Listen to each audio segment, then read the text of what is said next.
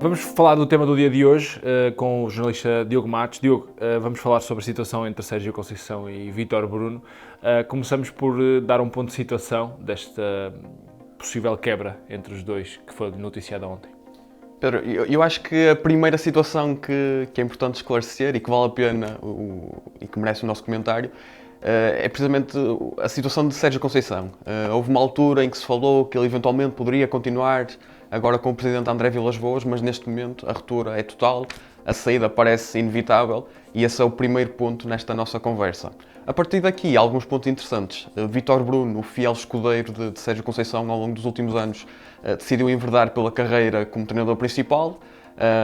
Esta situação foi comunicada e a partir daqui há, de forma natural, o interesse do Vítor Bruno em seguir a sua carreira e o Futebol Clube do Porto está atento. Ou seja, neste momento a informação que temos é que Vítor Bruno é uma possibilidade para continuar à frente do Futebol Clube do Porto, como existem outras, mas neste momento assume-se como uma possibilidade. Dentro desta história há também um ponto importante. Sérgio Conceição renovou, na altura ainda com Pinto da Costa, até 2028, mas a restante equipa técnica não renovou. Isto levanta aqui algumas questões. Tem sido noticiado nas últimas horas a questão da traição de parte a parte. É um caminho difícil de explorar, de entrar. Acho que só se vai resolver realmente quando houver uma decisão. Portanto, acho que até para nós não vale propriamente a pena entrar por aí. Mas o ponto é este: o Vítor Bruno neste momento é uma possibilidade para orientar a equipa principal do Futebol Clube do Porto. Como disseste, é uma longa relação, estão há 13 anos juntos desde o tempo da Olhanense. Será que Vítor Bruno está preparado para ser treinador principal do Porto? É sempre Ou uma treinador questão... principal, digamos assim, primeiro e depois, possivelmente, do Porto. Exatamente, é sempre uma questão um bocadinho difícil de responder, mas neste momento e sem grande... Ou seja, não temos uma base para termos uma resposta concreta, mas eu diria que sim. Ou seja, tal como referiste, é um treinador que tem muita experiência, está com Sérgio Conceição há bastante tempo, habituado a ganhar. Sabemos também que é um elemento importante na equipa técnica de Sérgio Conceição. Sabes como é que ele é visto dentro do Futebol Clube do Porto? Eu acredito que é realmente visto como alguém com bastante valor. A informação que temos é que é alguém apreciado dentro do clube. A nível salarial há também essa recompensa e esse reconhecimento. Portanto, à primeira vista, parece ser o momento certo para assumir o cargo de treinador principal. Sabemos que orientar um clube como o Futebol Clube do Porto é algo bastante complicado, ou seja, há uma distância grande entre ser treinador e ser treinador do Futebol Clube do Porto, mas em relação à primeira questão, parece-me que sim, que Vítor Bruno está preparado. Há aqui um detalhe também, uma comparação engraçada, é que Vilas-Boas também teve uma substituição na altura que sai de treinador do Porto por um adjunto, Vítor Pereira, que acabou por se revelar treinador campeão nacional. Podemos estar perante uma situação parecida, com contornos diferentes. Eu acho que é impossível não nos lembrarmos dessa situação quando estamos agora perante este caso de Vítor Bruno e Sérgio Conceição.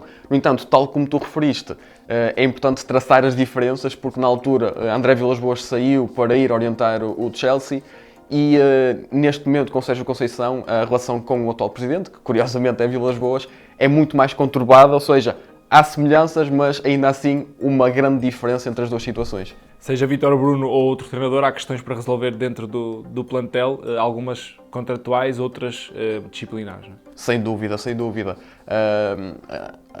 A principal e aquela cartaz, digamos assim, é a situação de Pep. Está em fim de contrato, é um jogador já bastante experiente, 41 anos. Há muitas dúvidas em relação ao seu futuro. Ainda agora na final da taça não esteve disponível por questões físicas. Os últimos meses têm sido bastante complicados nesse sentido e há aqui uma curiosidade muito grande para perceber se Pep continua, se continua no Futebol Clube do Porto, se termina a carreira. Há muitas interrogações em relação ao internacional português. Para além de Pep, há também a questão de Cláudio Ramos, também ele em fim de contrato. Não é de todo figura de proa neste Futebol Clube do Porto, até porque há Diogo Costa, mas há aqui a possibilidade de Diogo Costa sair e a permanência do Cláudio Ramos iria ter uma importância maior. Mas lá está, neste momento são estas as duas principais questões a nível contratual. E depois, Vítor Bruno esteve também envolvido, provavelmente para apoiar a decisão de Sérgio Conceição no afastamento de 4 elementos, 3 deles muito importantes contratualmente interligados ao Futebol Clube do Porto, tirando o caso de Jorge Sanches. Há 3 questões para resolver e se for Vítor Bruno pode ser de uma forma, se não for pode ser de outra, mas há ainda esses 3 casos para resolver. Não é? Sem dúvida, sem dúvida. Temos aqui a situação do Ivan Jaime, do André Franco e do Tony Martínez, que foram afastados por Sérgio Conceição e pela sua equipa técnica há alguns meses desta parte. parece-me que se fosse Sérgio Conceição a continuar no Futebol Clube do Porto, estes jogadores teriam quase o destino traçado. Havendo uma mudança, seja ela em que sentido for, parece-me que serão reintegrados. Porventura, se até fosse Vítor Bruno, parece-me que seria relativamente pacífico, até porque, lá está, o presidente André Vilas-Boas já se colocou do lado dos jogadores e parece-me que será um processo natural de reintegração desses três para a próxima temporada.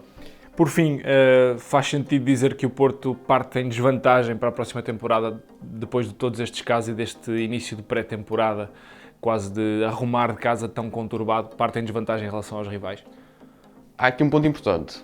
Ainda estamos numa fase muito prematura da próxima época, isto é, ainda estamos na época anterior, digamos quase assim. Quase o rescaldo da anterior e a entrar no início da próxima. Exatamente. Ou seja, ainda estamos aqui numa fase muito embrionária, muito prematura. No entanto, há dois dados, ou três neste caso, que são factuais. Por um lado, o Sporting mantém Ruben Amorim e ainda em maio já assegurou a contratação do Kovacevic, o guarda-redes. Tem tudo alinhado também para assegurar a contratação do De Bast. Ou seja, dois reforços bastante importantes. Parece que à partida vai conseguir manter o núcleo duro. Foi campeão nacional, ou seja, temos aqui um Sporting bastante forte para a temporada 2024-2025. E com planeamento pacífico, não é? Exatamente. Correr dentro do normal. Exatamente. No Benfica, apesar de a temporada 2023-2024 não ter sido propriamente positiva, há a continuidade do Roger Schmidt e isso abre também perspectivas positivas, ou seja, há uma base de trabalho sólida. É certo que há ajustes a fazer, mas o Benfica parece estar a caminhar numa direção, ou seja, ter um caminho que quer seguir. O Futebol Clube do Porto, é certo que ainda é bastante cedo, mas há aqui muitas questões, muitas interrogações. Treinador sai, continua, quem é o treinador, uma nova direção a entrar. Não é de todo o cenário mais positivo. Desde logo a SAD só tomou posse agora, portanto não pôde fazer o planeamento ou antecipar o planeamento que já tinha sido feito por Sporting e Benfica, não é? Desde logo aí é uma dificuldade. Sem dúvida. Ou seja, é mesmo começar a corrida bastante atrás. Certamente que André Vilas-Boas e a sua administração está a preparar a situação da melhor forma, mas neste momento, ao dia de hoje, o Futebol Clube do Porto parece realmente partir ligeiramente atrás dos outros dois rivais.